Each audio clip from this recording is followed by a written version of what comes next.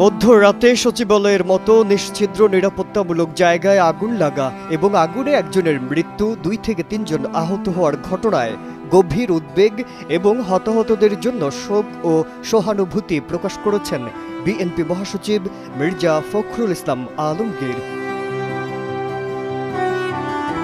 বৃহস্পতিবার এক বিবৃতিতে সচিবালয়ের মতো স্পর্শকাতর ভবনে ভয়াবহ আগুন এবং আগুনে একজনের মৃত্যু ও 2 থেকে 3 জন আহত হওয়ার ঘটনায় বিএনপি মহাসচিব গভীরভাবে উদ্বিগ্ন বলে জানানো হয়। সচিবালয়ে ভয়াবহ অগ্নিকাণ্ডে গুরুত্বপূর্ণ নথিপত্র পুড়ে ছাই হওয়ায় ব্যাপক ক্ষতি হয়েছে। বর্তমান অন্তর্বর্তী সরকার এ ধরনের অগ্নিকাণ্ডে বিব্রতকর অবস্থার মধ্যে পড়া অস্বাভাবিক নয়, এমনটিও জানানো হয় ওই বিবৃতিতে।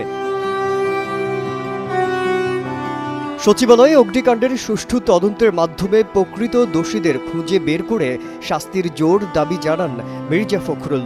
একই সঙ্গে নিহতের পরিবার সহ আহতদের ক্ষতিপূরণ প্রদানের জোর আহ্বান জানানো হয়।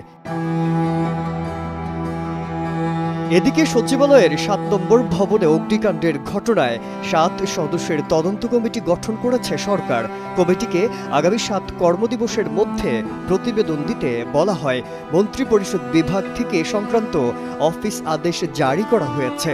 কমিটিতে জননিরাপত্তা বিভাগ, দুর্যোগ ব্যবস্থাপনা ও ত্রাণ মন্ত্রণালয়, স্থানীয় সরকার বিভাগ এবং গৃহায়ন ও গণপূর্ত মন্ত্রণালয়ের একজন করে প্রতিনিধিকে রাখা হয়েছে, যারা যুগ্ম সচিব থেকে উপরের পদমর্যাদার হবেন বলে আদেশে উল্লেখ করা হয়।